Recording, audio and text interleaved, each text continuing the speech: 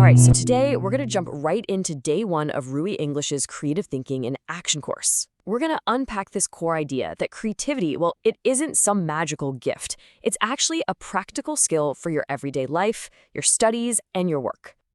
Okay, let's start with a really big question, one that a lot of us, frankly, get wrong. I want you to take a moment and really ask yourself, are you a creative person? You know, if you kind of hesitated there or maybe even thought, nope, not me, you are definitely not alone. There's this common myth that creativity is some special talent for artists and inventors, and the rest of us, well, we're just not in the club. But this lesson is here to bust that myth wide open. It shows us that creativity isn't magic, it's a skill. And just like any other skill, it has a clear, structured process that absolutely anyone can learn and get better at. So what is this process? The course gives it a great name, your creative compass. It's a framework that's designed to help you navigate pretty much any challenge, whether it's big or small. And it's surprisingly simple. It really just boils down to this incredibly powerful three-phase process. First, you prepare. Then, you generate ideas. And finally, you implement them. Let's dig into what each of those actually means. So the cool thing is, this isn't just some textbook theory. You and I, we use these phases all the time, a lot of times without even realizing we're doing it. Phase one is all about preparing. Think of this as laying the groundwork. This is where you let your curiosity run wild. You ask a ton of questions. You look at the problem from all sides. And, this is key, you keep a really open mind. And this is super important. It's not about passively waiting for inspiration to strike. You've got to get out there and explore, really observe the world around you, reflect on what you already know, and start connecting the dots between different ideas. Okay, once you've done your homework, you move into the generating phase. And honestly, this is the fun part. The goal here is all about quantity, not quality. You just want to come up with as many ideas as you can with absolutely no judgment. Just brainstorm, mix and match thoughts, and imagine every wild possibility. The key here? Don't judge your ideas. Not yet. The focus is purely on brainstorming, combining different concepts in new ways, and really, truly stretching the boundaries of what you think is possible. And that brings us to the final step, the implementing phase. This is where the rubber meets the road, right? This is where your ideas finally have to face reality. You take your best concepts and you start to test them, tweak them, and show them to the world.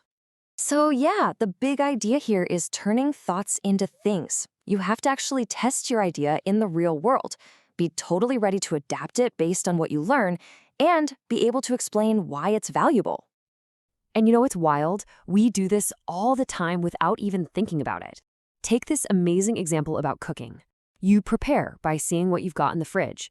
You generate ideas for new combinations, and you implement by actually cooking, tasting, and tweaking it. That right there, that's creativity in action. Okay, so cooking is a great everyday example. But what about a bigger project? Let's walk through how this compass can guide something more detailed, like the example from the course, planning a whole school event. So in that first preparing phase, notice what the students did. They didn't just start throwing out random ideas. Nope, they did their homework. They researched different events, they actually asked other students what they'd like, and they learned from what worked and what didn't in the past. Then they hit the generating phase. And look at this. They're not just thinking of one thing. They're brainstorming all sorts of themes, combining music, art, and drama, and imagining completely different ways to do it. They didn't just grab the first idea that popped into their heads. And finally, they get to implementing. This is where it all comes together.